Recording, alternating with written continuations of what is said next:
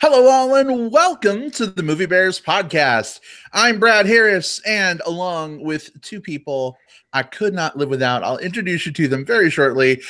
We are the Movie Bears podcast. We love to review films, either current or classic, on this show full of husky, hairy, huggable homos and our friends. And with me, as usual, is Jim Puliafka. Welcome, Jim. Thanks, babe, and welcome to the podcast, everyone.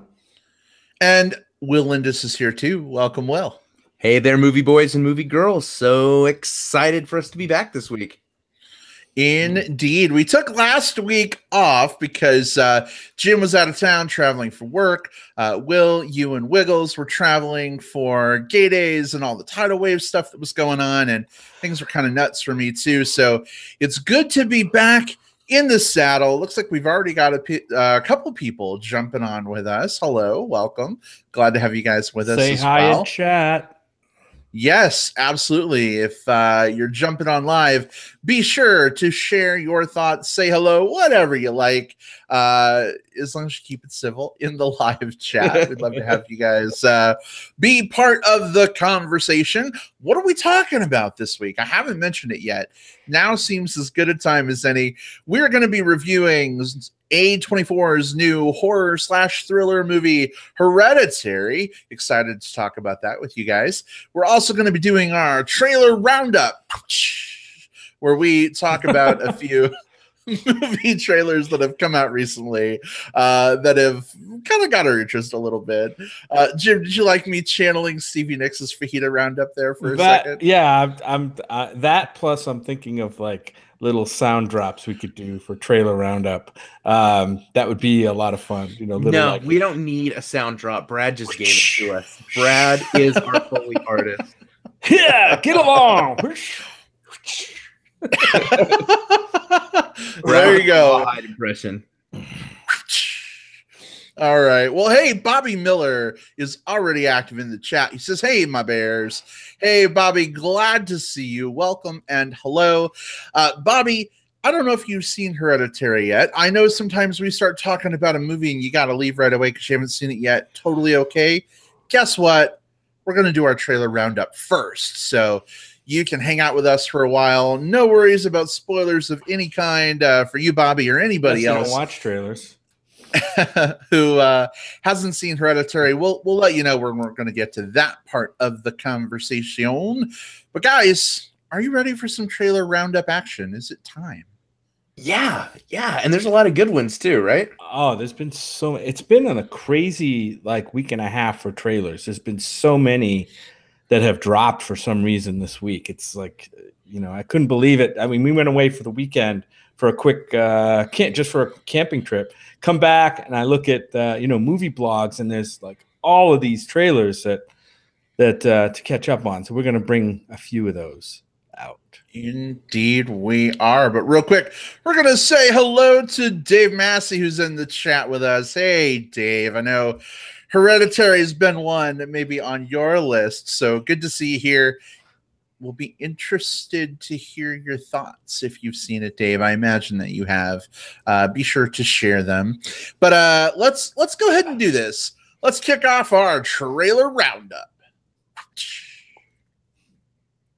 All right, so our first trailer is one we have been very anxiously awaiting.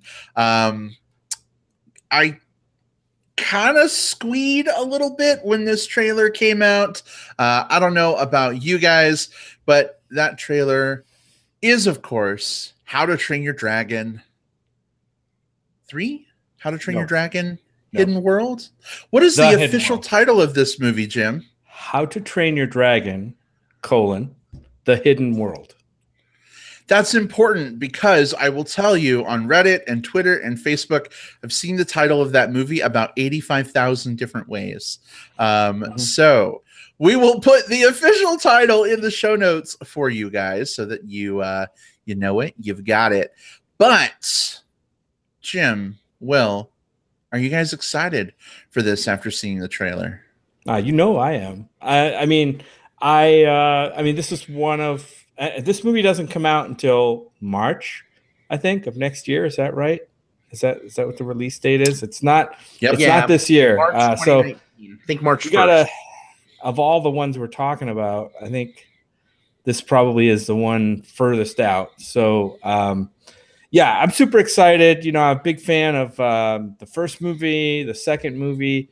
I just think this is probably the best animated product, and this is arguable, of course, that DreamWorks Animation is putting out right now. That's again just my opinion, but it's a top shelf story writing. Of course, animation is cutting edge stuff, and this movie, the third in the How to Train Your Dragon series, is going to be the last chapter. I mean, it's was always planned to be 3. They're going to close off the trilogy, and it's kind of ominous, maybe what's around the corner story wise. We could talk about some of the stuff they talk, in the trailer, because the trailer starts off with Hiccup, the main character. Of course, now he's got a beard, right? He's one of us now. He's fully he's fully grown into a bear, full grown ass man, I guess. And he's rocking the beard. He looks like he's definitely the Ottery type, but he's kind of hot. Like, I think I've seen people, even straight, women and stuff online talking about Hiccup and the beard and like how hot he is, and that's pretty interesting. But what he says at the beginning of the trailer is kind of ominous. He says, there were once dragons when I was a child.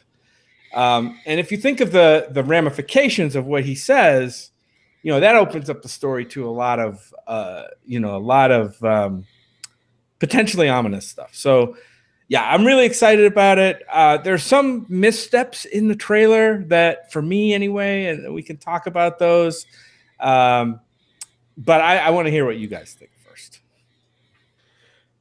Yeah, first of all, Jim, how dare you smudge the great DreamWorks properties like Trolls and The Boss Baby by indicating that there's something better, right? Right.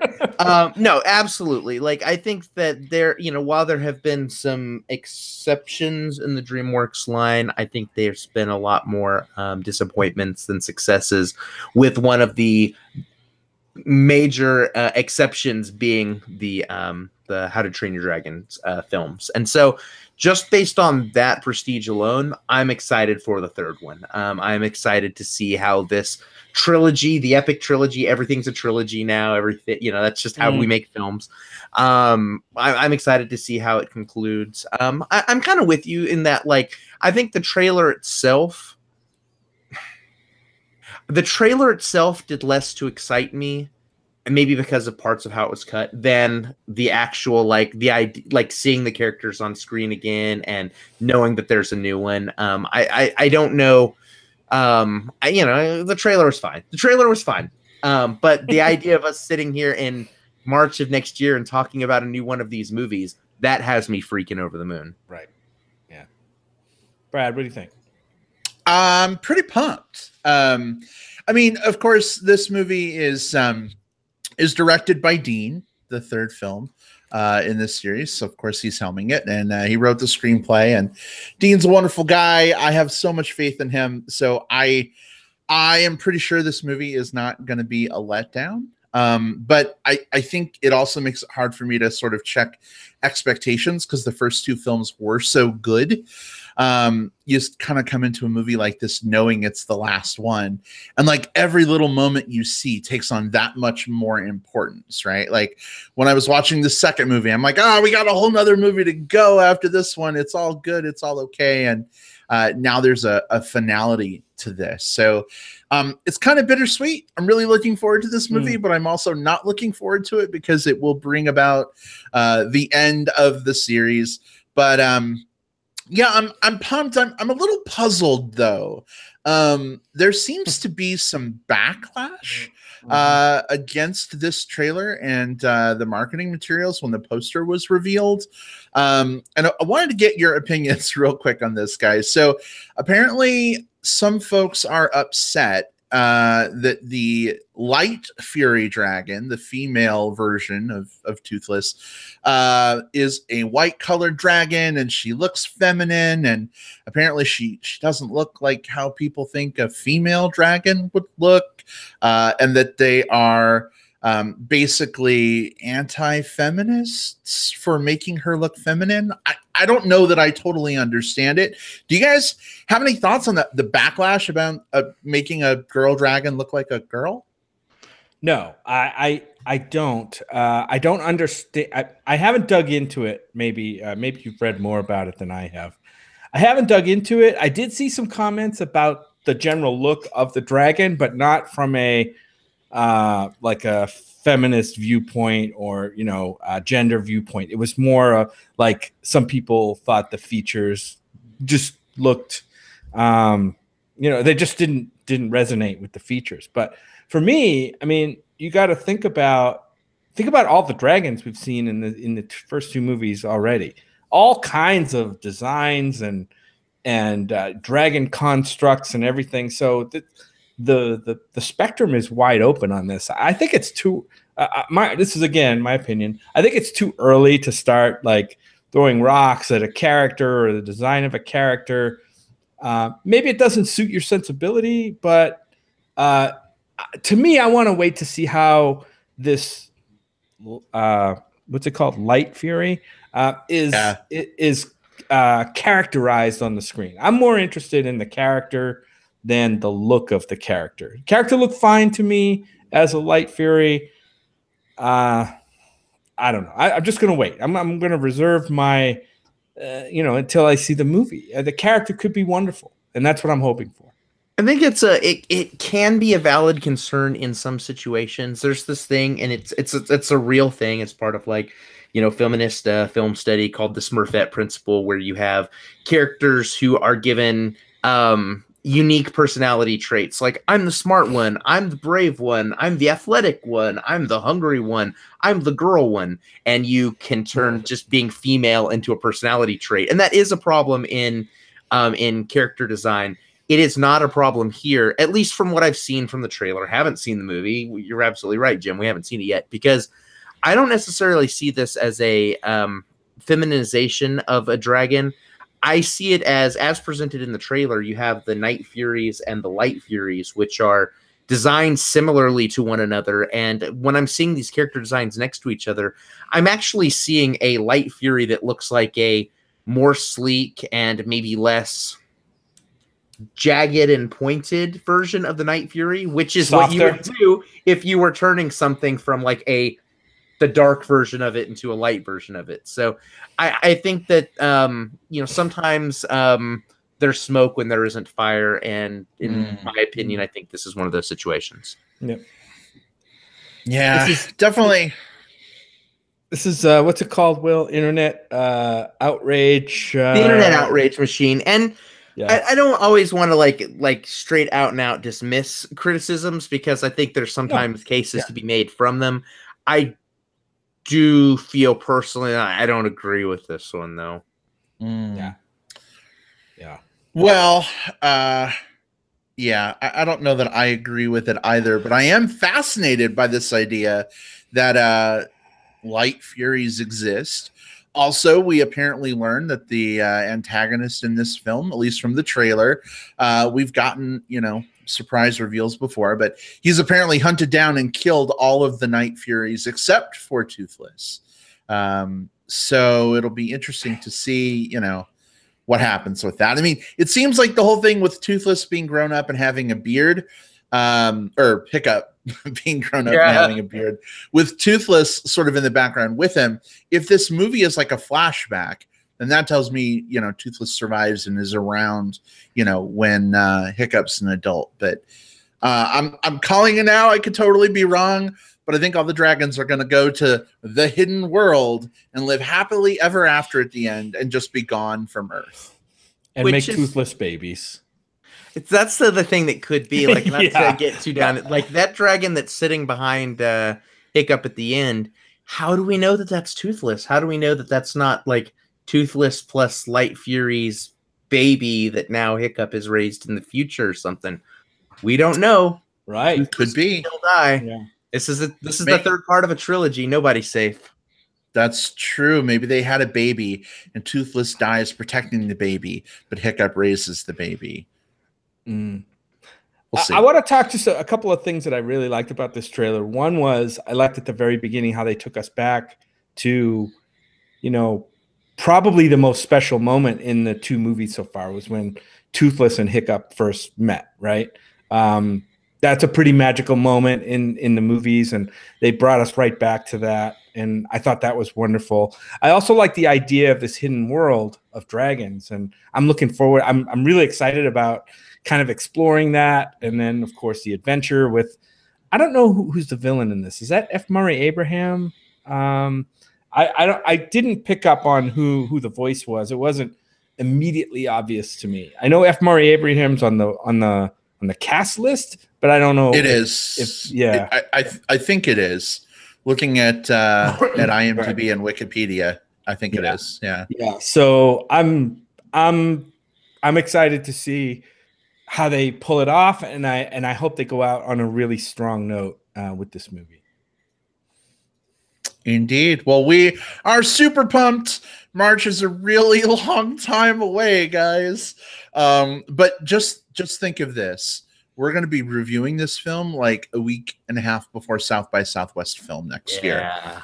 That's going to be pretty awesome. Yeah, and I wanted to mention the score. Like, that was the one kind of ding I have against this trailer.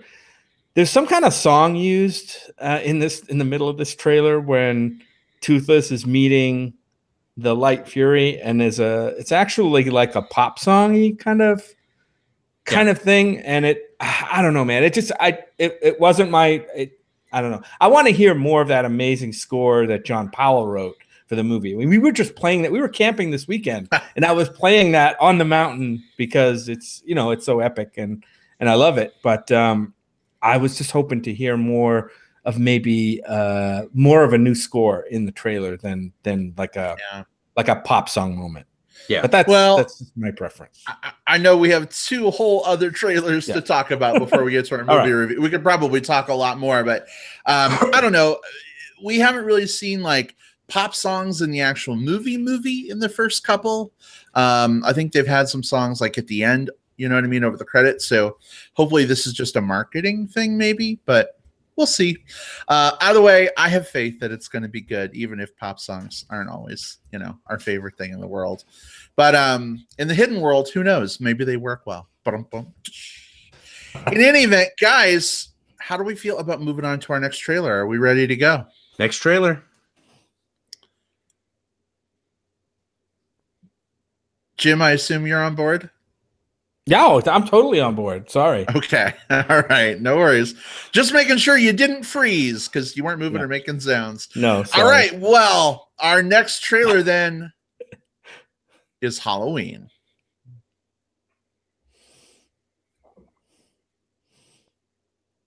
So this looks fairly interesting. Sort of a return, if you will, to the Halloween world. We've got Jamie Lee Curtis, this crazy old batshit lady. We've got Michael Myers back. There's a lot to unpack here. Will, I know you are a huge fan of the original. Maybe just talk a little bit, like as you were seeing this trailer, was it evoking a lot of that nostalgia that you have, or was it maybe kind of like a negative, why are we doing this kind of reaction? Super positive about this one for a couple reasons. So the idea behind this Halloween, and it's not numbered, it doesn't have a subtitle.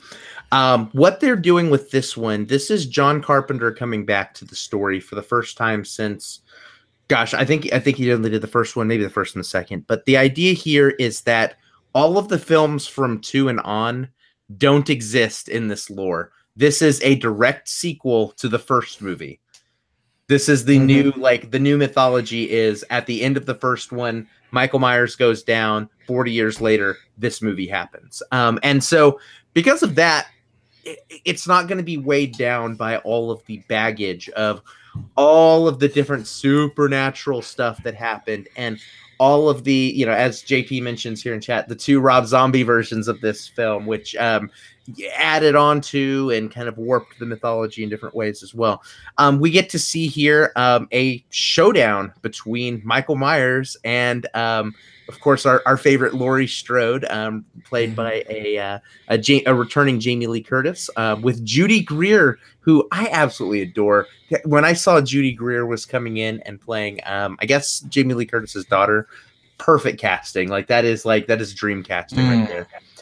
Director on this is David Gordon Green, who is another dude that I've been following for a while. He did Prince Avalanche. He did Joe, which we saw at South by Southwest 4 years ago. I don't know, a while back. Yeah, I'm in on this one. You got to hear the theme. You got to see kind of some hints of some of the kills.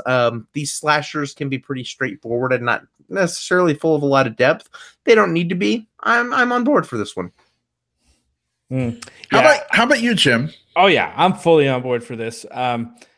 Here's the best thing about it. I don't have to go rewatch a bunch of shitty sequels and, you know, spin-offs and stuff in order to get pumped for this movie. I can watch that original movie over and over and over again. Sometimes on Halloween night, we'll put it on in the background for our pumpkin parties and around Halloween night. And we'll just, you know, kind of watch that thing on a loop. I just love that movie. It's one of the classics of horror. I don't know if it can be topped. I don't expect this movie to top it. I just want another thrill from returning to that world, those characters. Is this the first time we've gotten a direct second sequel that was named the exact same thing as the first movie? I was puzzled about that myself. Yeah, it's kind of strange. So it's not a remake. You know, you could understand if it was a remake and it had the same title, but it's actually a sequel without a different title. It's kind of an odd duck that way, but that's just it's an oddity. But I think the movie looks good from what I've seen in the trailer. We got John Carpenter back. Isn't he doing the score again? Did I hear? Is that right? I think he was contributing to the score again. Yeah, probably. I mean, I heard some of the score in the trailer, but I didn't catch whether it was him doing it or just someone doing a riff on it. Right. Yeah, I'm super excited for this one. Definitely going to be booking tickets early to see this with a crowd. So wait a sec. I have a quick question. So John Carpenter, he is coming back as a composer and executive producer, but he's not like directing or anything. No. David Gordon Green's the director. He did come back as the he's one of the screenwriters on it, but more because he wrote the characters, less because he wrote the screenplay. Okay, that's what I thought. Okay, so gotcha. All right. Danny McBride actually did part of the screenplay. Yeah, I was just gonna say, so given that Danny McBride is involved here as well, I know he mentioned they already have an idea for a sequel to this movie that they are sort of working on and kicking around. So it'll be interesting to see what happens with this movie. So Jamie Curtis was back before, right, in the series? Yeah, for like H2O, I think. The one with I think Busta Rhymes, the 90s were weird, man. But that movie never happened now, right? So that was a parallel universe or something. I don't know, but has to be considered like a parallel universe that's not doesn't directly affect the events in the first movie or this movie. Yeah. Everyone forgot about that movie, so the script decided to as well. JP Wendell says Jamie Lee Curtis was in 1, 2, H2O, and Resurrection. So that's 3 movies she was in that have been forgotten in this canon, I guess. But I think we could have a whole discussion about making a direct sequel to the first movie, forgetting all the other movies that come in between. I don't know how great an idea that is, but I am interested to see where this movie goes. I will say, watching the trailer, I got some really fun nostalgia vibes from watching Michael Myers like walking around like on Halloween night, like Yeah. the little kids like running up and bumping into him, and like at one point, you know, Jamie Lee Curtis like with these kids walking around her with a candy bucket, she looks up and Michael Myers is like in a window, and I just got goosies and like nostalgia vibes. So I'm you know, when I heard this was happening, I was like, oh God, really?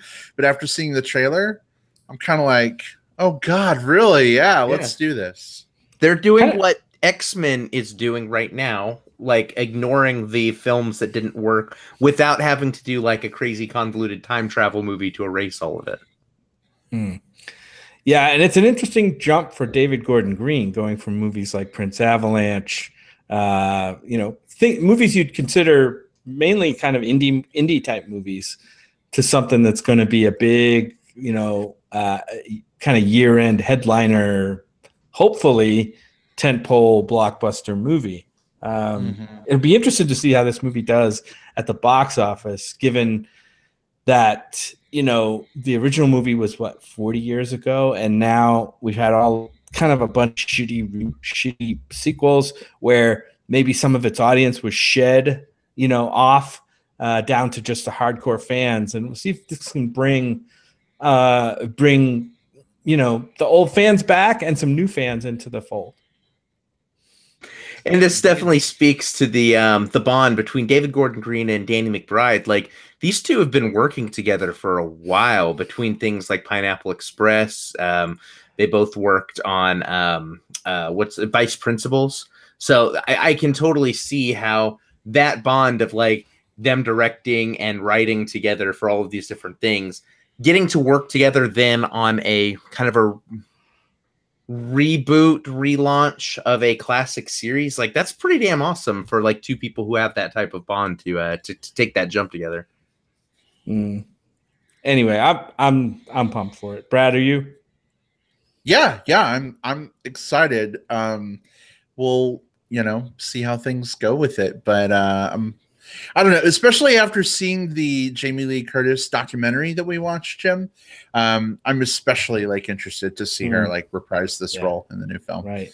So, indeed. JP says that Halloween might have the worst sequels of any horror franchise, and there are some bad sequels in horror franchises, though. I'm going through in my mind. Gosh, yeah, he's probably pretty right on that. Like, at least some of the other horror franchises at least have a couple other good ones kind of sprinkled in. Yeah, Halloween goes off the rails pretty quick. All right, I'm on board, JP. All right, well, we've got some time until this film comes out. Jordan in the chat, hey Jordan, good to see you here as well, wants to know, when does this movie come out? When can we expect Halloween? I'm gonna take a guess. When might that be?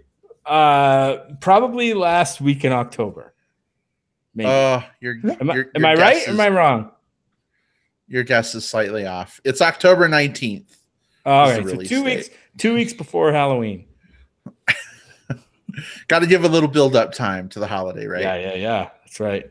Yeah, get it while people are still excited about the holiday, not like if it comes out right around Halloween, people are going to just be like, "Oh, I'm done with this candy. Give me my Thanksgiving movies," because that's what people say around November. Yeah, 1st, right? because we know there's a ton of those. Oh, yeah, so many of them. And really the way it goes is it's like October 31st, Halloween. You're like, yay, candy, Halloween, scary masks.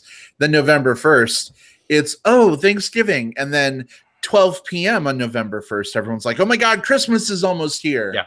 You don't even get much of that Thanksgiving feeling. So in any event, there you go, Jordan, October 19th. Be on the lookout for it.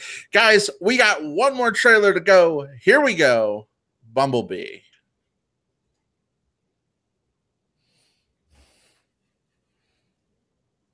All right. So, a Transformers spin-off movie, all about the lovable Bumblebee. He's getting his own film.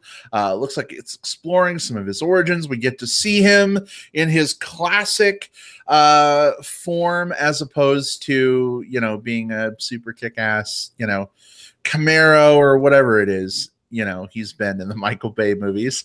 I know on this show we've reviewed a few of the Transformer films, and I think successively we've gotten less and less and less and less and less excited about them as we've gone. Jim, how are you feeling about Bumblebee? I mean, this is a side story. Sometimes you like those. Is this something you're excited about? I have to say, I haven't really enjoyed the last couple of Transformers movies. So this feels a little different to me. This, first of all, it's not, and that's a good thing, I think, because the trend has been downward. So if anything, the timing might be right for this, to kind of pump some new life into this franchise and give it some heft to the story, but behind these characters.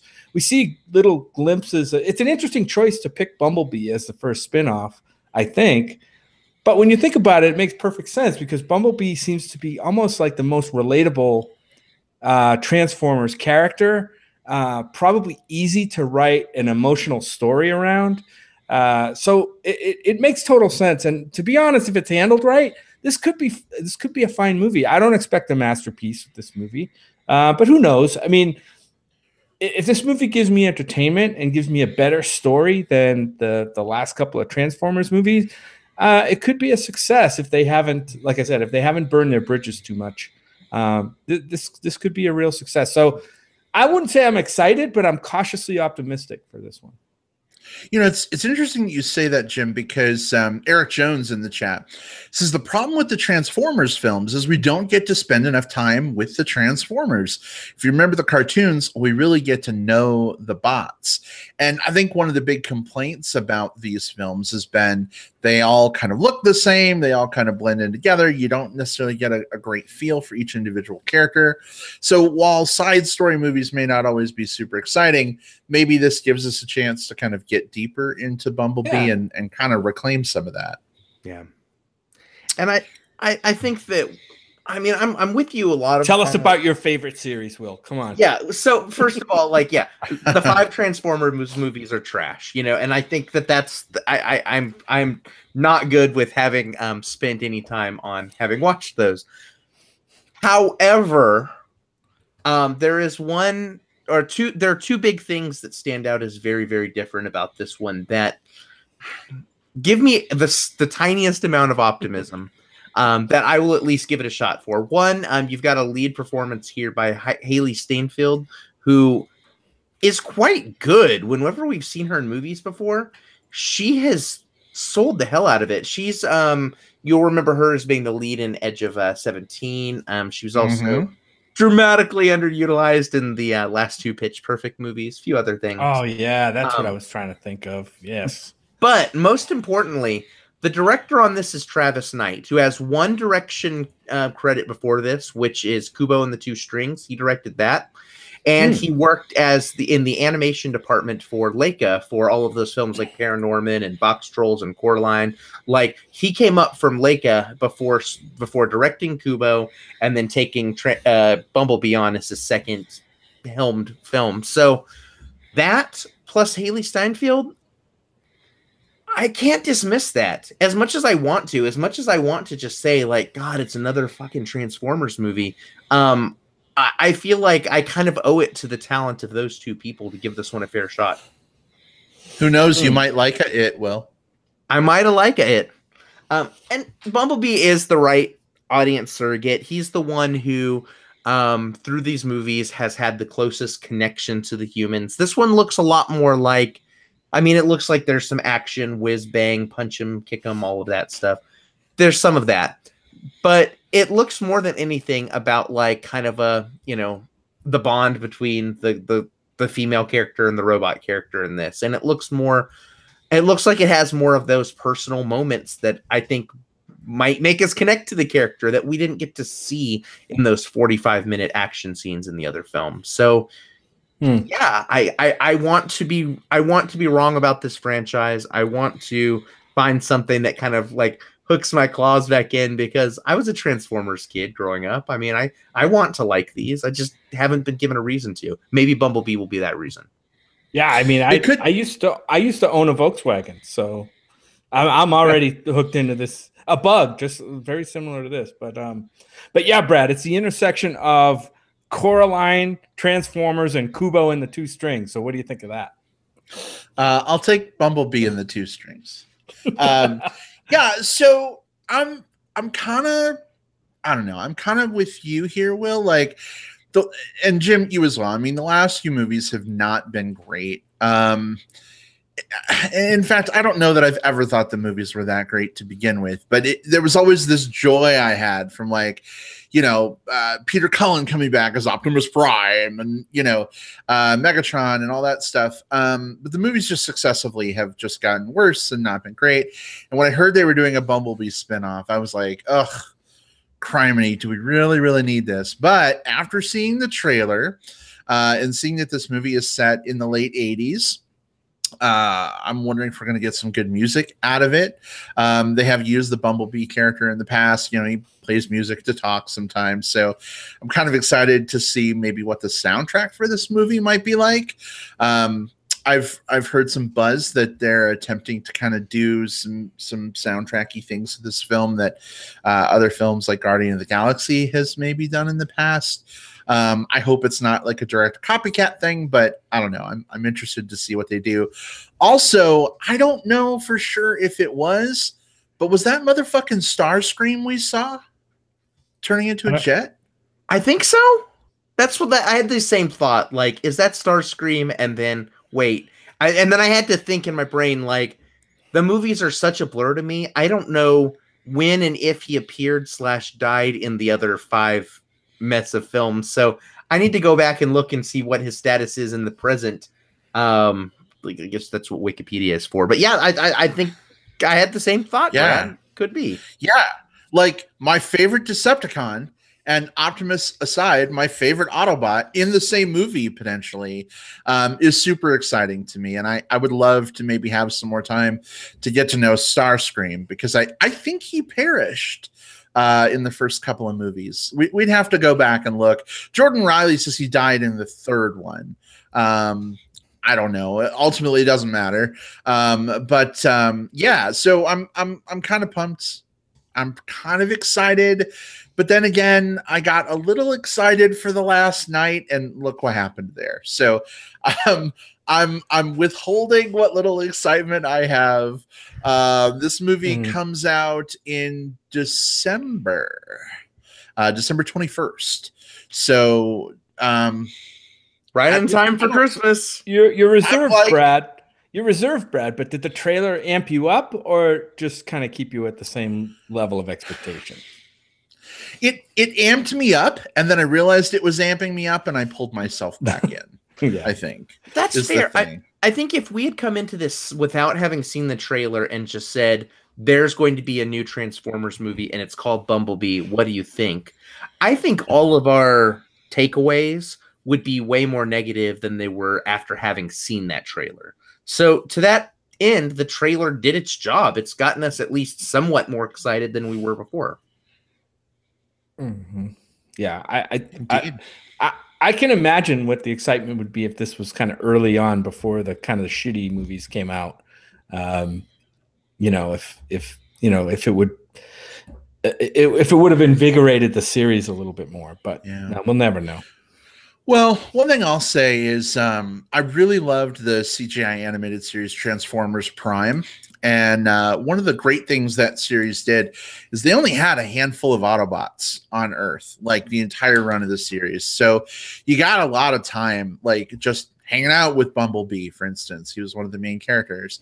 And I think that enhanced things a lot. Kind of to Eric's point in the chat earlier, you sort of had more time to get to know the character and kind of, I think for me, like care about the character. I liked Bumblebee in the earlier films, but like I don't know. I never really formed an attachment to Bee in the movies like I have in the animated series. So maybe this movie will have the touch and fix some of that. We'll see. Bumblebee pissed on a dude in the first Transformers movie, and it's like if you were someone who grew up with this character, like if you at all took these characters in these movies seriously, and granted, it was a giant toy commercial cartoon that we watched as a kid, so we can only take it so seriously. But you know, if you're looking for some of that, and then you see that character just like pissing on somebody with like a weird sproing sound effect, like. It sort of takes the, you know, pun intended, takes the piss out of it a little bit, you know, like it just it deflates your sense of excitement for the franchise. Yeah. And that's how we were introduced to the character. So it's almost like we get like a clean slate with this character. Like we can maybe see what this character looks like, not tainted by just all of the Bayisms. You know what's funny? Well, you mentioned Bumblebee peeing on someone. We were camping this weekend, and I was like, you know, doing what guys do when you're camping. I was peeing on a tree. Peeing on people, yeah. And then I saw that there were ants where I was peeing, and I felt bad. But the mental image that came to mind was Bumblebee peeing from the first movie. Oh, my God. So that's wonderful. It's funny. You mentioned that. Yeah. Anyway. Or would you rather be an ant? A piss ant? Oh, hey, Oh. hey, I like it. That's a good one, Brad. Good job. Hashtag piss ant. Well, there you go. Well, we have talked about 3 trailers. I feel like there's at least 4 other trailers we could probably talk about, but we also have a movie to discuss. So we've rounded up some trailers, but certainly there are others to be excited about. I know a new trailer came out for Suspiria, which is getting a ton of buzz. That looks really great, on top of several other trailers. So I typically try to avoid trailers when I can, but, you know, going to see movies, there's always going to be trailers in front of movies. You can't avoid it. But I'm glad we've got some trailers that are getting us excited. Guys, are you excited to talk Hereditary? Yes. I love how you both answered in unison. It was spooky, just like Hereditary. Wow. So here we go. Here we go, guys. A couple things up front. If you're new to the show, if you're not totally familiar with our format, whenever we do a main movie review like this, we always talk about the film spoiler-free for the first 10 or 15 minutes, and then we give you plenty of warning before we take you to spoiler pound town. So if you don't want to be spoiled? If you don't want to be spoiled on Hereditary, not to worry. We'll give you a chance to kind of jump off when that time comes. But guys, here we go. Our discussion of Hereditary.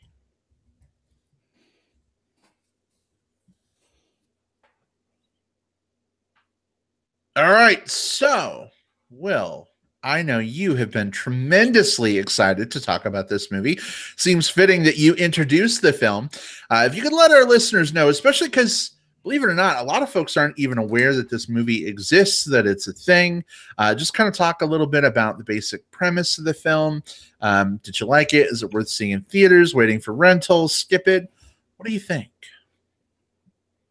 Yeah, so Hereditary is the latest film by E285, which is the house that's put out quite a few amazing films lately, or at least ones that really speak to the types of things I like to see in film. Hereditary is it's a story about Annie's mother, and Annie's played by Toni Collette, has recently passed away.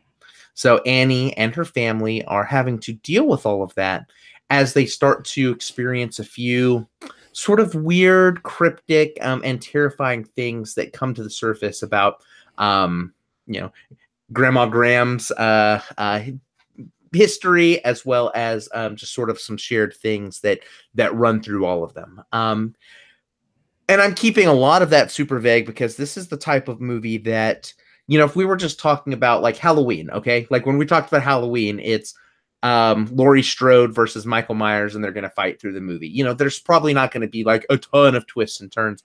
This film itself is a different type of horror film. And because of that, it's probably not for all audiences. And I don't say that because I think there's sometimes a thing where you try to over-intellectualize a film and say, okay, it's not for people because they don't get it or anything like that. That's not the case here. But I think that this is the type of film that it's a slow burn, It's a 2 hour long movie that is more about mood and atmosphere than it is about kind of punched up action and like jump scares and stuff like that. That's not going to be for everybody. It is the type of film that does demand a little bit of paying attention and kind of looking to not just the textual elements of it, the things that appear in the script and appear on screen, but also the subtextual things like, what's the film about? What's it trying to say? This is also a very brutal film, and I think that's going to turn a few people off. And I don't mean brutal necessarily in terms of violence, although there are a few sequences that will turn your head.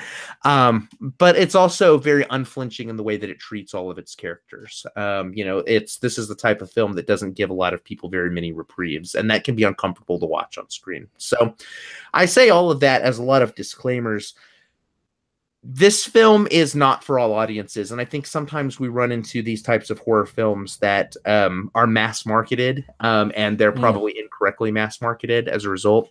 All of that aside, that's me getting all the disclaimers and the stuff out of the way. This is one of the best films of the year, hands down.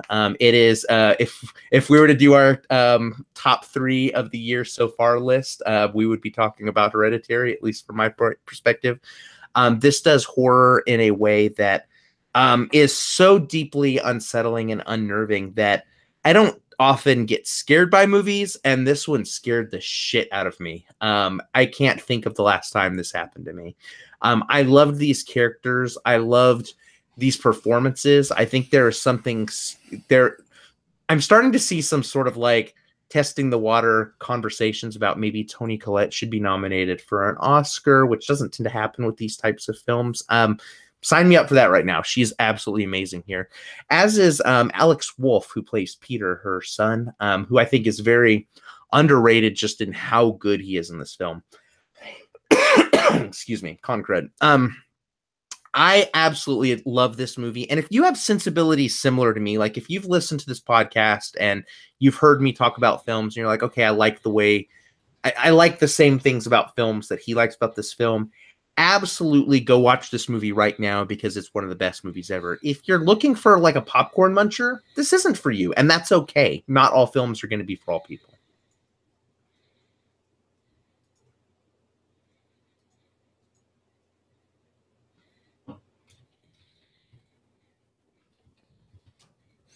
I think I have to unmute.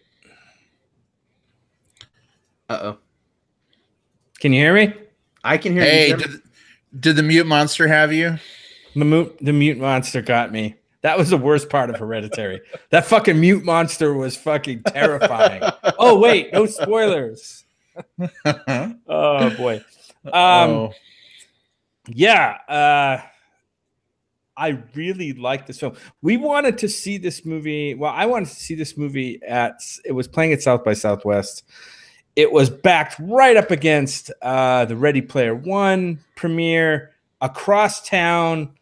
Some people, I think, made it. We didn't make the scramble, so missed it, and we had to wait until like this weekend in order to see it here in our little town of Tucson, which doesn't get movie releases like this until pretty much everybody in the country gets it. So I like the movie a lot. And here's and Will, I agree with everything you said about how it might not be for everybody. And here's what I thought about the movie. I thought the setup was fantastic.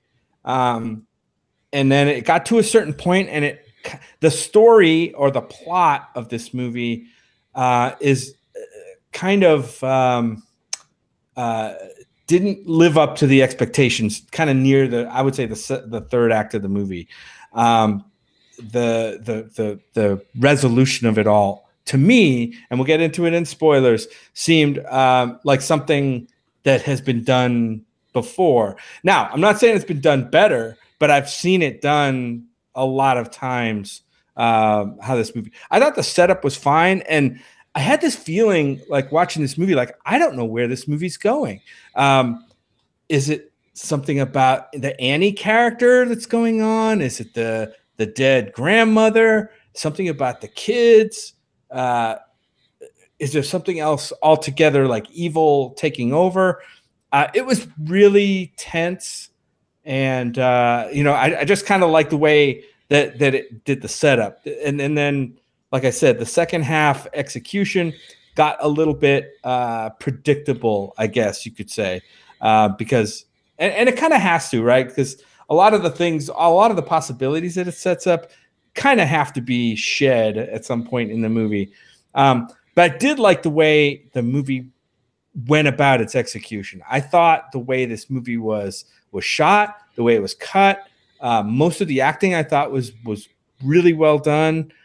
I loved that, and we'll talk about more in spoilers because I can't say it now.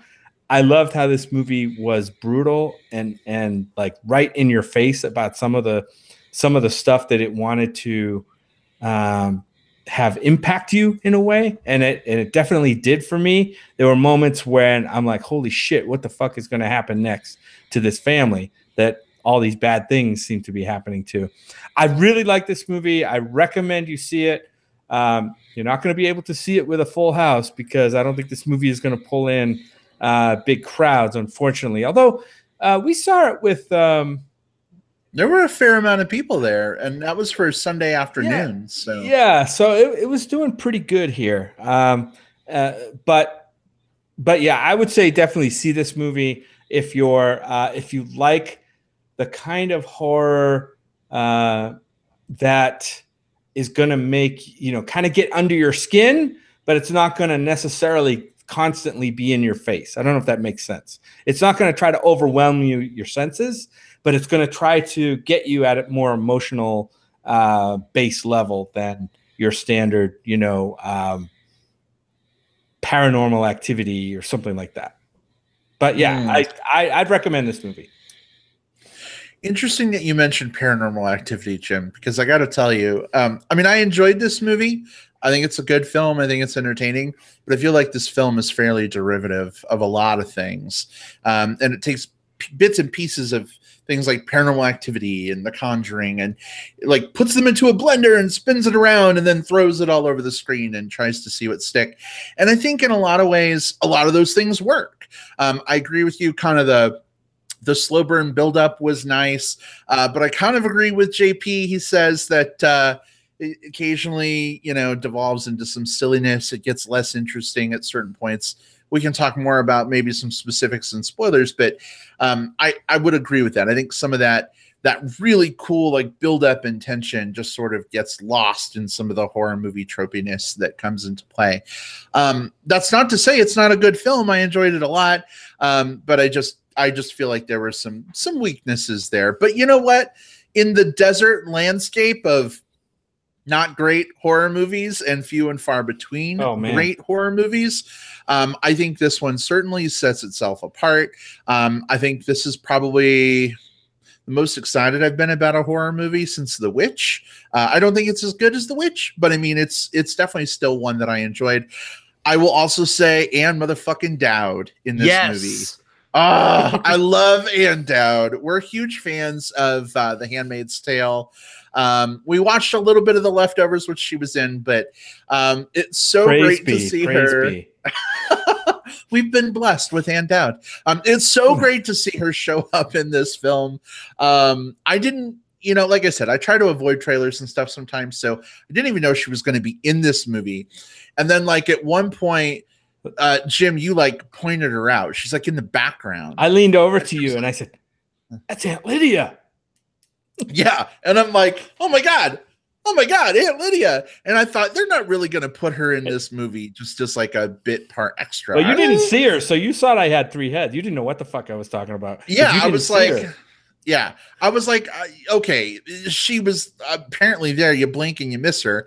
I'm like, but there's no way they're going to put someone like Anne Dowd in this film and not utilize her. And I was very glad to see that she plays a big role, and she did a really great job with it. So definitely a fun movie. I recommend going out, checking it out. Just be careful of the hype. So many people, and everyone has their own opinion, are just saying this is the best horror movie in existence. And it certainly is deserving a lot of praise. But if you're someone that you like easily get your expectations set by other people's opinions, it might also be easy to be kind of disappointed if your opinion differs. So I would just say go into it from the standpoint of like, hey, we've got what seems to be a really cool horror movie. Go see it, form your own opinion. Just, be careful of the hype machine if you're susceptible to that.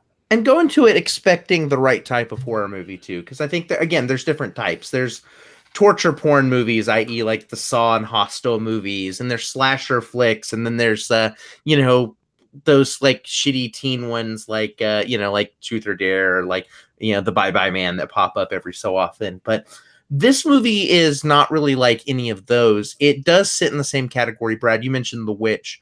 And The Babadook, I think, is another one that these kind of share a similar personality type. And the closest thing I can say to in terms of descriptions, and David Massey says it here perfectly in chat, if you love Rosemary's Baby, The Shining, The Omen, I would add things like Amityville Horror, and even The Exorcist. I think that you'll like this as well, because it's not like those films in that, like, there's some people going around saying, like, this is the new Exorcist. JP says it here. Ignore the blurbs that say it's scarier than The Exorcist. That's a bad comparison, saying that it's better than The Exorcist. But I think going into it knowing that it has a similar pacing as The Exorcist, or as The Omen, or as Amityville Horror, some of these kind of classic, like, 60s, 70s horror. I think if you go into it with that mindset, I think you'll enjoy this a lot more. As opposed to like, where's the first scare going to happen? When's the first thing going to jump out at me? It's not that type of horror film. It definitely isn't. And I think that's what you're seeing with some of the reactions of people that are, expecting, something in their head. Like they have an idea of the Conjuring movies or something like that. And in a way it's kind of like The Conjuring, but it's not, this movie definitely is not going to wow you with jump scares. You're going to be watching a scene and not even realize what's going on until it like dawns on you, something washes over you, and you're like, oh my God, I can't, it's like, I can't almost not watch this because it's just so gut wrenching, you know what I mean? And not that it's like jump in your face movie, soundtrack blaring at that. It just doesn't do that. And I like that kind of horror. I love The Witch, and I really like this movie. I think with you, Brad, I'm kind of the same thing. I think The Witch is definitely was definitely a better film for me, only because I thought there were elements of the story that we're going to talk about in just a few minutes that seemed like, oh, they're going there. I've seen this before. And, I don't know. Maybe my hangups were I brought some stuff into the movie where like, I didn't want to see that thing happen again. And that's kind of what happened. So, well, I think at this point it's hard to talk about some of these things. I think we need to tackle them head on. So probably a good idea to go ahead and open up our spoiler section. If you have not yet seen Hereditary, now is your opportunity. If you're watching live, feel free to put us on mute, step away for 15 minutes, come on back for plugs at the end. If you are listening through the magic of digital tape delay, use the time index in the handy dandy show notes that Jim lovingly crafts for you every week to go ahead and skip ahead to the plugs, and then make sure to come on back after you've seen the movie and listen to the review spoiler section. But guys, I've awkwardly rambled enough to give people enough time to step away. Hopefully they've done so if they need to. Where do we want to start? I want to start with the best, most impactful section of the movie, which is about a third of the way through, maybe. Yeah, it's pretty heady, I would say. yeah, it's got some heady horror in there. This movie was all about the heady horror. So the daughter, her name is Charlie. I thought while she was in the movie, she was probably the most interesting character in the film altogether. And something happens where they go to a party. She goes to a party with her brother.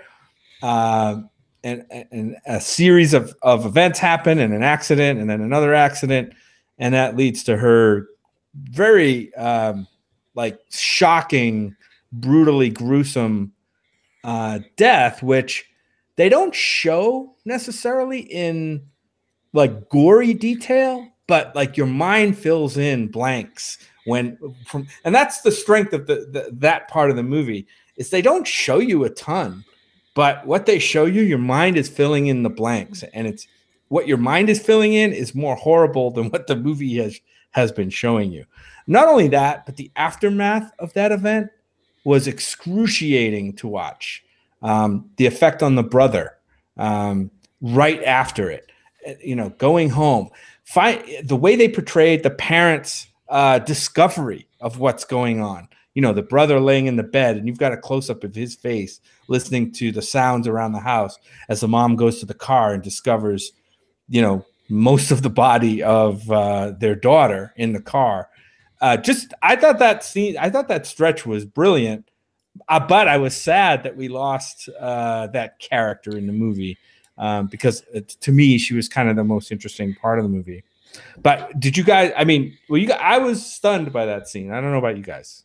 I think it was an important change in direction for the film, and I think in a good way too. Not that it went from a bad place to a better place, but in that the film starts setting up all of the creepy elements having to do primarily with Charlie. Between the tongue clucking that she does and the thing that she does with the bird. All of these things, you have this mental image up into the point where the thing happens that, oh my gosh, this character is going to be the possessed or the evil or the whatever it is going to be through her. And what you end up here with is you subvert that right away. You take that very obvious creepy character out of the equation. It throws us into kind of like, okay, well, who's our main character? And that's what I love so much about this movie is the lead character actually shifts at a few times through the course of this film, but always with purpose.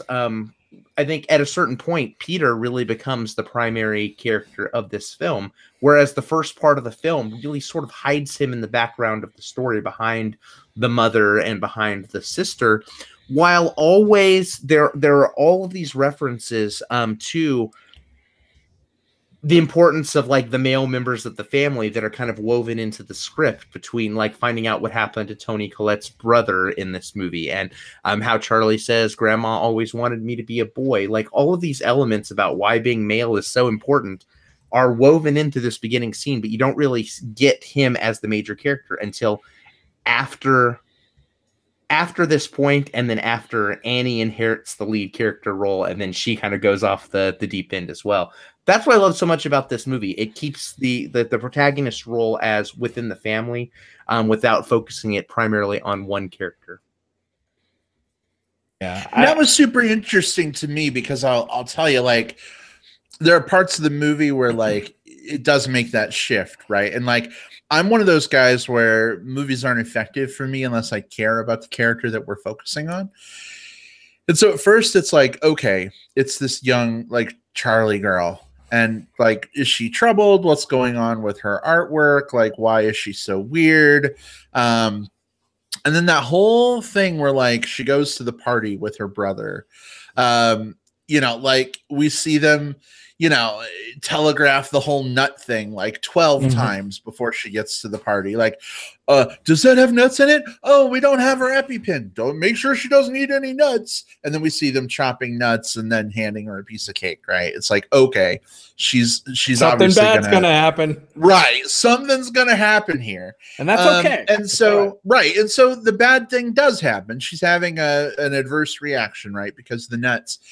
And my mind is telling me, okay, this movie is going to go to a place where like they get her to a hospital or they call an ambulance or something and it's a scare, but don't worry, she's okay. No, her head hits a telephone pole and just flops right off. And it was at that point that the movie to me signaled that like it was something different. I mentioned, I feel like it's fairly derivative of some other things, and we can talk about that later. To JP's point, a lot of that comes into play kind of in the third act. But in this build-up phase, that was really jarring. That was really shocking. And then all of a sudden, the movie switches to the brother as the main character and sort of this torment and torture that he's going through. But then it switches to Toni Collette and what she's going through and, you know, meeting Ann Dowd. And so this movie did a great job of sort of making me care about the characters without focusing on them so much that like you miss out the buildup of the other characters in the process too. And I think that's a big win.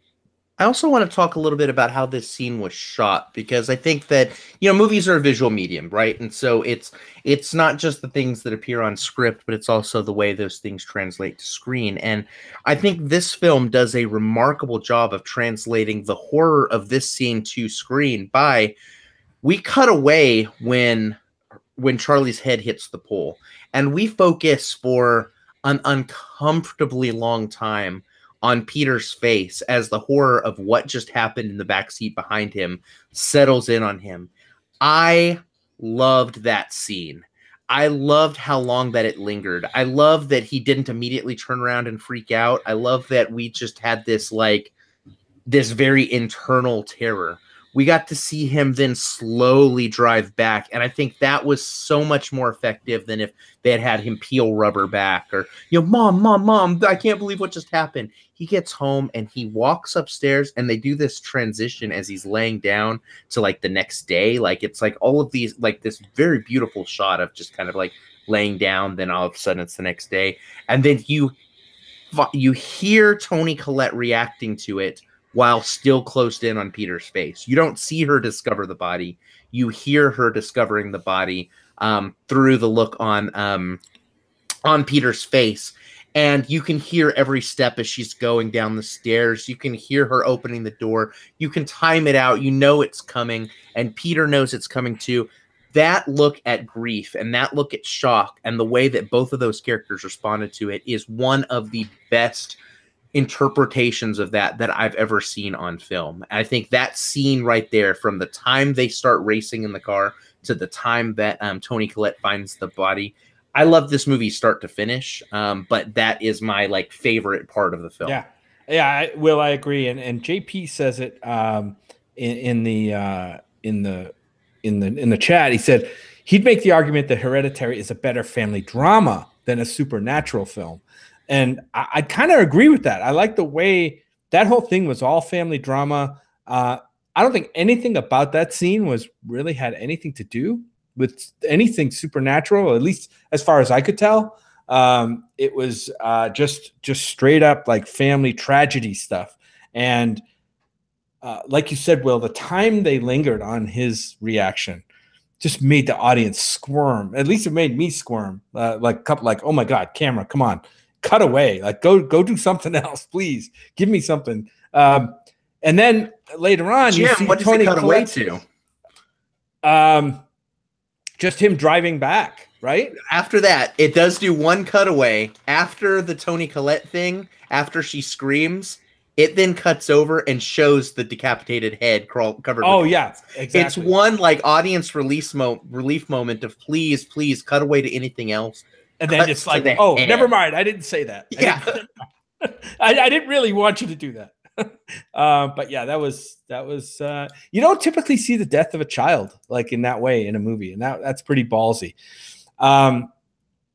So trying to think, I love the Ann Dowd character. However, story-wise, as soon as they went into seance stuff, I kind of like, oh, please don't like go there. All I could think of was like Ouija. You know what I mean? Like I kept flashing back. Now the Ouija movie is not a great movie. It might be a fine little popcorn muncher. It wasn't horrible as I remember, but like how many times have we seen like dead family seance stuff in movies and, you know, looking under the table and I don't know. It felt a little beneath what I had seen already up to that point. It just felt like there's a little dip, but maybe it'll pick back up by the end, and then we get the kind of, you know, deity worship group, you know, mindless Well, stuff and at the the end. seance was a misdirect because that wasn't an actual seance. She was tricking her into doing a demonic incantation in the guise of seance. Like that was that she wasn't actually like talking to like her loved ones from beyond. Like that was, we're in spoiler section. She tricked her into reading that that language and doing that thing just so she could do the incantation that would let Payman into their, like, transfer from the body of Charlie to the body of Anne. Yeah, and it was kind of like a dual purpose like thing for me. And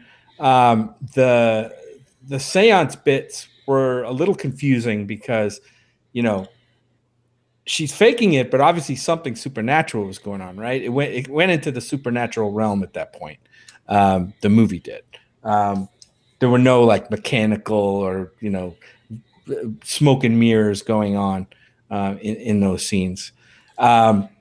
Still, I liked Ann Dowd. I just that stuff when it went down that road. I'm like, oh, what happened to all the other stuff that it was doing, like with the miniatures, and like it seemed like it kind of pivoted away from a lot of that stuff, like the Toni Collette world. I thought there was going to be something really special story-wise regarding like all the miniature stuff, and there was going to be some kind of link between that stuff she was doing and what was really happening. And it turns out, at least as I could tell, there wasn't any. I mean, it was just all that miniature, like those dioramas and stuff that she was doing, which were fantastic, were just kind of window dressing and kind of a huge misdirect.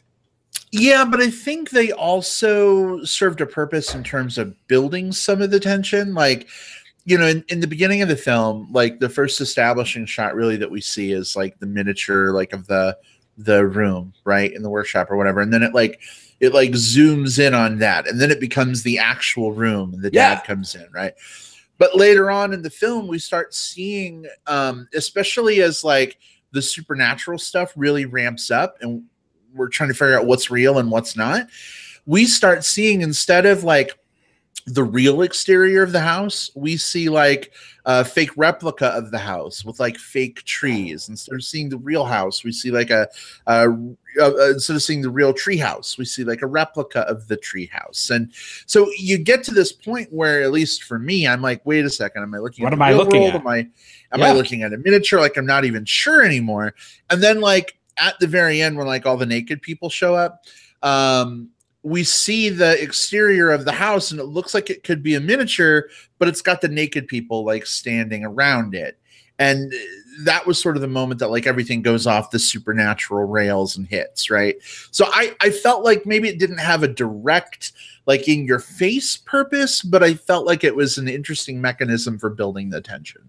It built tension, and it also it gave us a lot of our exposition backstory without it being exposition backstory stuff, because all of the sets that Annie built in this were things that she'd experienced at some time in her life. You know, the hospice with her mother, a lot of the clashes that she had with her mother. And a lot of times when the pieces that you're working on shows some of that conflict coming into play, or the things that she's dealing with, like when she was making the model of Charlie's death. So we got to see a look both into Annie's mind, and also you got to see some of the strife between her and her mother playing out between theirs without there being more like there were some narrative scenes where they talk about her and her mother, but this just lets us add a little bit more of that on there through a show don't tell type perspective, which was good because, like you said, the only other piece we got was through her telling about her mother at the wake and also at the therapy session with Ann Dowd. Will, I know you saw the movie twice, right? Yes, I did. Was there anything you picked up on the second time that comes to mind that that maybe could have been missed, or you think you missed, like just watching it through the first time? Because this seems like one of those movies that maybe would reward a second viewing with some, because you're kind of seeing the pieces fall into place, right? You know how it's going to end up, so now you're looking for how the pieces add up. Yeah, it does reward a second viewing. Not because I don't think that this is a hard film to get. I think that all of the pieces are spelled out for you, right? But I think that one of the things that you get more of on the second time is just how much care was made in the script to lay all of those pieces out from the beginning of the film in ways that don't necessarily say, hey, this is what we're going to do later on, but to provide justification, character motivation for those things. I mean, even the stuff with Payman having to have a male host. One of the things that I didn't catch my first time through, or at least didn't really put the pieces together, Annie, Toni Collette's character in the therapy session, goes on about how her brother committed suicide when they were little because he was he was afraid that his mother was trying to put something inside of her. It's like inside of him, and it's like, yeah, he was trying to put King Payman, one of the kings of hell, inside of him, and he killed himself. Like kind of the weight of that. Like when you just hear it going through the first time, just like, oh, they had a troubled childhood growing up. And you exactly. Don't think about that. Because you were in the family drama part of the movie at that point. Right. And so when you go back and watch all of that, like the story of all like the supernatural elements, or not the supernatural elements, but the kind of the cult elements and how all that ties together is very tightly scripted from word one. But it's subtle. And I think that could be a blessing or could be a curse in some cases. For me, it worked really well. So Dave Massey says he's walking the dog and just hearing us describing the movie is creeping him out. He's seeing Toni Collette in trees, I guess. Well, maybe it's United States of Terror Toni Collette, not Hereditary Toni Collette. So less scary, more funny. Maybe. I regardless, this writer-director, got to give credit to A24 for giving these like fresh, young writer-directors this kind of platform to get their vision out there. I think this guy's. I want to see what this writer-director does next, just like with Robert Eggers, right, from The Witch. I definitely want to see what he's going to bring us next, because there's a lot in this movie that I really liked. And it was definitely a statement from I mean, he's made films before, I'm sure, but like the first time on a big stage, let's see what he does. And hopefully he won't get sucked into a Marvel movie. Yeah. I mean, what's to say this guy is like the next Star Wars guy or the next, something, you know what I mean? Like, I mean, they do take them kind of from one to the next pretty quickly. And for good or for ill, I mean, some of them do quite well on the big, but I want this guy to keep, this is where I want this guy. I want him to make more films like this. Yeah. I want to see his next one and the one after that before he jumps into a Marvel movie or a Star Wars movie. Yeah. Give me 2 more movies before we sign him to a franchise, at least. Yeah. Yeah, definitely. But his name is Ari Aster, by the way. I don't think we mentioned his name. Also would like to give a shout out. We mentioned Toni Collette, but I thought that the cast of this now, I will say, I think Toni Collette is great. I love Toni Collette in almost everything she does. There were some scenes in this movie that felt a little like over the top, trying to get the family to do the seance thing, and throwing the book in the fire scene was a little, I don't know. It just seemed a little overwrought, and I had trouble like buying into what she was trying to do. In those two instances mostly. And I think part of that is because of the spacing between her like freak out scenes. Like in the beginning, after she discovers that the daughter's dead, like her grief, very powerful, very real.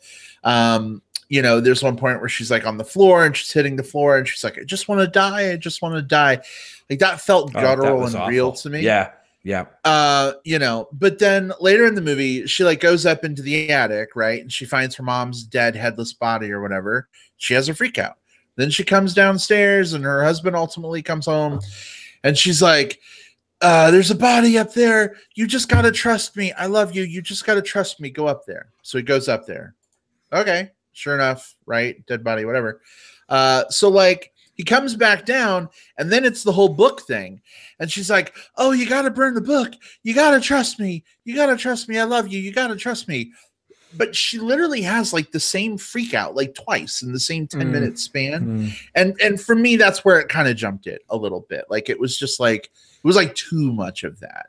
Yeah, I don't know. It started not working for me as much there. And I liked you mentioned the body in the attic. I like the fact in any other horror movie, when the husband goes up there, guess what happens? Nothing, right? Because the body's not there anymore. Yeah. Right? The body's not there anymore. It's gone. But yes, he found it. Or same thing with the scene with Charlie's death when Peter got home with the car.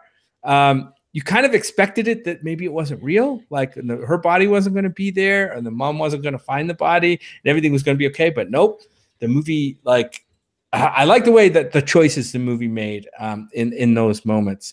I thought the two kids were great. I thought Alex Wolff was great, especially Millie Shapiro. I thought was great too. I just wish we got more of her in the movie as Charlie. She's definitely got something. I'd like to see her in some more movies. Hopefully not as a creepy kid anymore.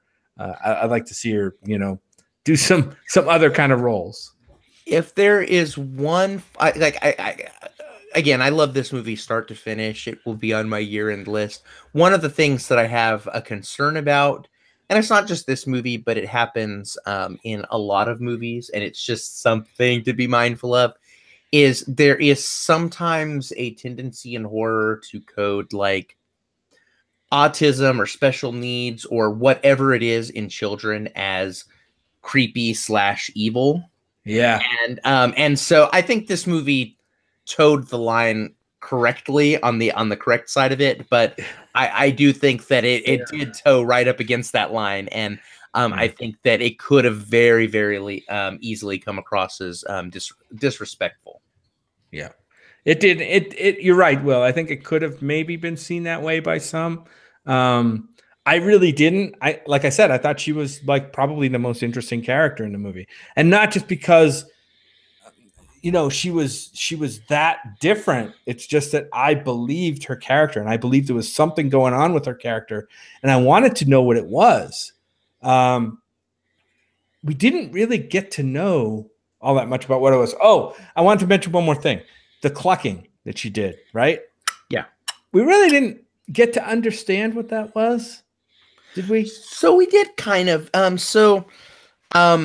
That is a trait for Payman himself. If we're getting into kind of the that part of the story, we got to see that the original plan for the grandmother was to put it in Toni Collette's brother, but he killed himself. Okay, so then she's going to put it in the son because it's hereditary. It has to go in the family line and to a male. But at that point, there's that falling out, and Toni Collette is keeping her son away from the mother, and they have that.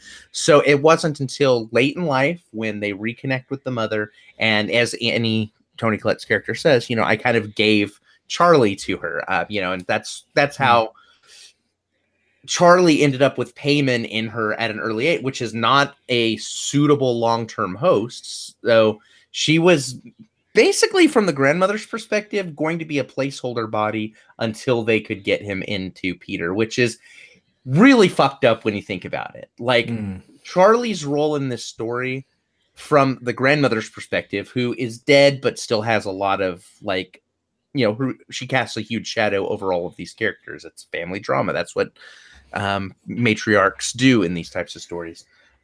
She basically created a story where her granddaughter's only role was to die via decapitation so that her son could become, or her grandson could become, one of the kings of hell.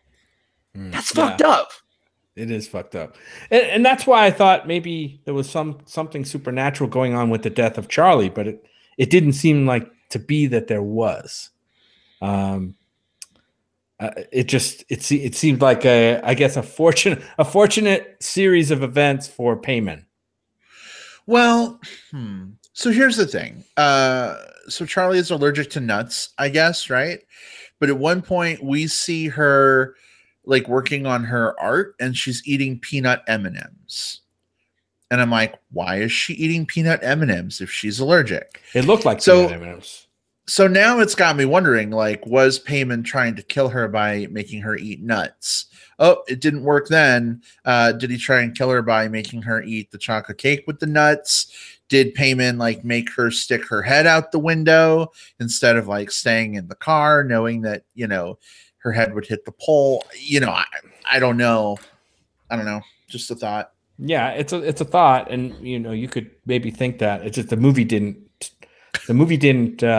hint at that very much. The peanut M&Ms were weird. I'm like, wait a minute, she's allergic to peanuts. Are those peanut M&Ms that she's eating? Maybe it was something else. I don't know. There's even something to be said for, and this is why I mentioned the subtextual elements of this movie. Like, this film is also, as much as it's about King Payman and demons and all of these things, as much as anything, it's sort of about the role that, like, hereditary mental illness can have in a family. Imagine if this film were a giant allegory for, like, schizophrenia, you know, passed through the blind, you know, schizophrenia. The mother had some sort of dementia.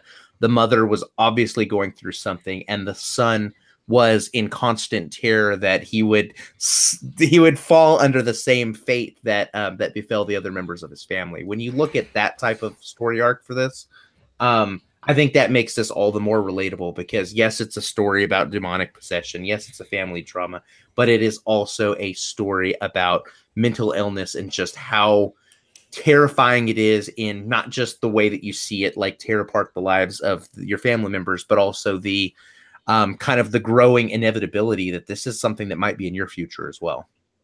Yeah, and okay, so somebody named Sumo Slow Dancer in the chat. Great name, by the way. You know who that is, Will? Yes, in fact, we watched Hereditary the second time together. Okay. The second time is when maybe you would have put this together, but he said during the scene that they're driving to the party, they flash to the telephone pole ahead of time, and the cult symbol is scratched into it. I now remember seeing that, but I didn't put it together during the movie scene because they didn't show it again. I don't think they showed the symbol again after the accident. No, we saw the symbol a few times after that. No, on the pole. On the pole. Oh, on the pole. Right. Gotcha. Yeah. Yeah, it was on the telephone pole. Yeah. Because before that, you'd only seen the symbol maybe once or twice. You saw Toni Collette's necklace, and I think maybe you saw it on the book, but it's not until later that it shows up very heavily as a motif. Yeah. And so yeah, it's easy to skip that on the first time through because there's so many other things to take in, right? Well, I knew the symbol would be something. I mean, the way it was very prominent right at the beginning of the movie when Toni Collette was giving her eulogy for her mother. But so I knew it would be something. But then I saw it on the pole. It was just for a second. And then you kind of forget about it. Like, oh, there's that symbol again. That's weird. And then a whole bunch of other stuff happens and she gets killed by a telephone pole. But in my mind, anyway, I didn't remember that the symbol was on that pole. So now that he says that, it had to be connected. There had to be some force involved, right? So was that like planting the seed for Payman to, you know, act and get Charlie killed? Yeah, maybe. I don't know. Yeah, maybe. A lot of things that happened right before that. There was an animal that happened to be in the road right there at that exact moment as Charlie is compelled to put her head out the window. And yeah, it's because she's trying to suck in air, but why is she trying to suck in air? It's because the peanut thing and all of that. So I mean, it's again, it's the inevitability. Like, it was one of those things where it was like almost destined to happen because that's the thing that is the legacy that the grandmother had passed along to this family. And that's terrifying. Yeah. Yeah. Good stuff. Indeed. Well, guys, I'm sure there's a lot more we could unpack, but we're running long in the tooth here.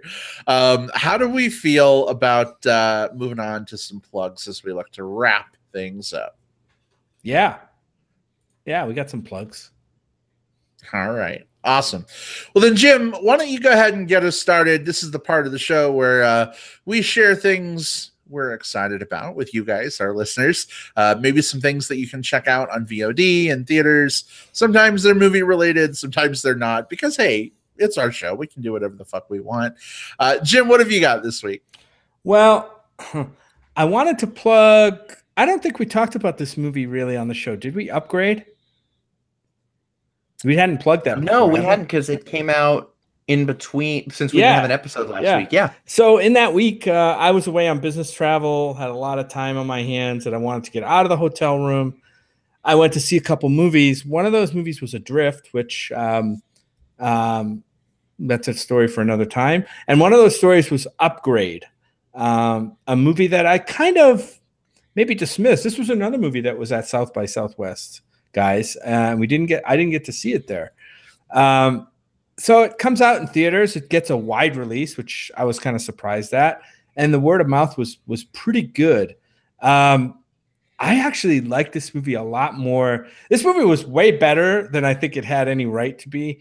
This is a movie that's set in the near future. It's about technology starting to take over people's bodies, people's thoughts, people's actions, and it's about artificial intelligence. It's got an actor named Logan Marshall Green, who is kind of the poor man's Tom Hardy, because he looks exactly like Tom Hardy, but actually kind of hotter, I think. And he did a good job. And the cast of this movie did a good job. I thought the plot moved right along. I really like this movie. If you get a chance to see this movie, don't dismiss it.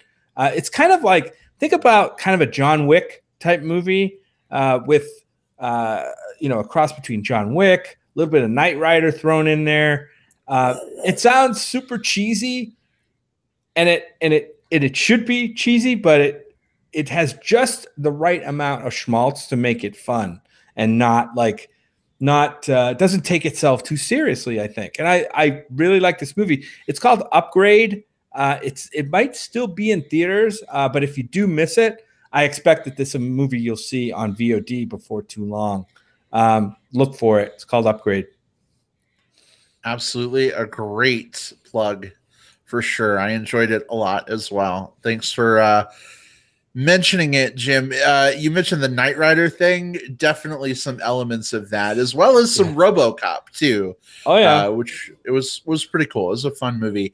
Reminded me a lot of like an 80s action movie, which John Wick kind of does too. Yeah. So some really cool elements. Absolutely. Mm-hmm. Will, what have you got this week? Yeah, first of all, like Upgrade is the shit. Absolutely go watch it. It is so damn good. And it's sort of amazing that they made Venom before Venom comes out later this year. This is like a perfect popcorn movie to me. I mean, you have like, just from the trailers alone, it looks like a similar plot is what we're going to get with Venom later on.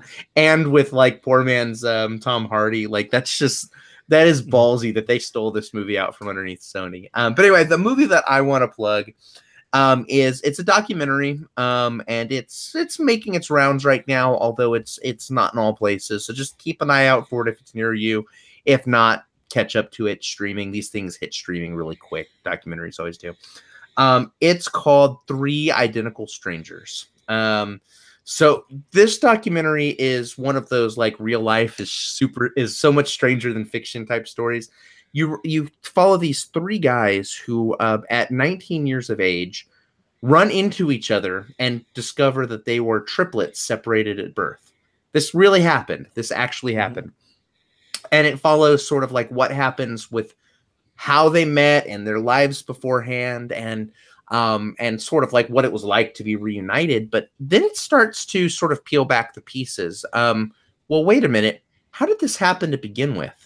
And as the movie asks more and more questions, it almost feels a little bit like if you watch the documentary Tickled from a few years back, like one of those ones where it's like kind of a straightforward documentary that once it starts takes a left turn. Well, yeah, it starts peeling back its layers and asking more and more questions. And as it does, it reveals more and more things. And it goes to some very different, sometimes, I don't want to say dark territory. It's not that type of film, but definitely darker than the premise would recommend. So if you liked Tickled, I think this is a similar documentary in terms of like what you'll get out of it. It's pretty straightforward in a lot of ways until it isn't. It's 3 Identical Strangers, and it's pretty darn good. It's been around for a while, right, Will, on VOD? On VOD? No, I mean, this one just hit. It just had its theatrical run just started. Okay. But it will be on, I mean, it'll be on VOD soon. Like, it came out the same week as Upgrade. So I guess it came out last week in theaters.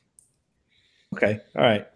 All right. Great. I'm definitely gonna try to find it if it ever comes here, or I'll get it on VOD. And if not, like it'll like these things always hit streaming super fast. This is a Neon film, which is Alamo Drafthouse's distribution, which means they get those things up and out on at least on Amazon pretty darn quickly. So if it doesn't hit a theater near you, just watch within the next month and a half. You'll probably be able to see it.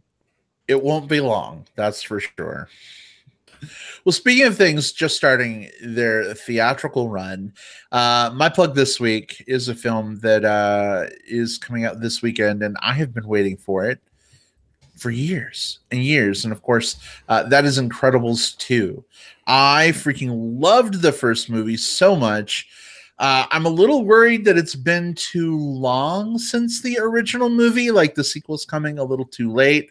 I've been kind of asking around, watching Facebook. I don't see a lot of people talking about this movie. And the people that I have seen talking about the movie, they're like, too little, too late. Like, where was this sequel like 8 years ago? Like when we wanted it. Like, why is it coming out now? I'm trying to like fuck that noise and like get it out of my ear. I'm excited to see it. I'm really looking forward to it. But I do have sort of this like, you know, hanging question mark. Like, will it be good? What are we gonna get?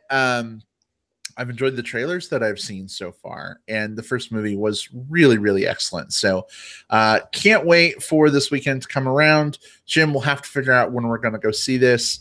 Maybe we can rope a few other bears in with us to go see it as a group or something. That might I have to watch the first one again because I've practically forgotten most of it. Oh, I mean, I remember you have to watch the first Incredibles again. I remember I remember the characters, I think, but okay, we'll see it again. Well then, golly gosh, we'll just have to watch it this week, babe, before we go see it. But I imagine we'll be talking about it on the show next week, guys. Maybe. And the one thing I liked least about my trip to Disney this last week, and I loved every second of it, but at one point I was walking through a store and they had vinyl pops for all of the characters, as you have like action figures and stuff. And there was one who was a very villainous looking character who I hadn't seen yet in any of the trailers. I was like, damn it, Toy. Like, I know that guy is going to be one of that character. Oh, no. I know nothing about him, so it wasn't like a big spoiler or anything like that. But it was like Scott and I both looked over at the same time. We're like, I guess that's our villain. Yeah, it's kind of like before we saw Minions. No, not Minions. Despicable Me 3. They had a toy commercial that aired in front of the movie. And the toys totally spoiled like the whole fucking movie. Oh, that's the worst. Yeah, I hate it when that happens. Thanks, definitely. Disney World. Well, guys, before we go, in case people want to reach out and talk movies between now and next week, Jim, where can folks find you online? Find me on Twitter at JJPOutWest, all one word. That's where you find me. And of course on Facebook under my name, Jim Poliafco. And if you need help spelling it and you're watching via the magic of YouTube, I'll focus the camera on Jim for a second. It is on screen right now. JJPOUTWEST. Boom. And Will, I know. Will, where can people find you?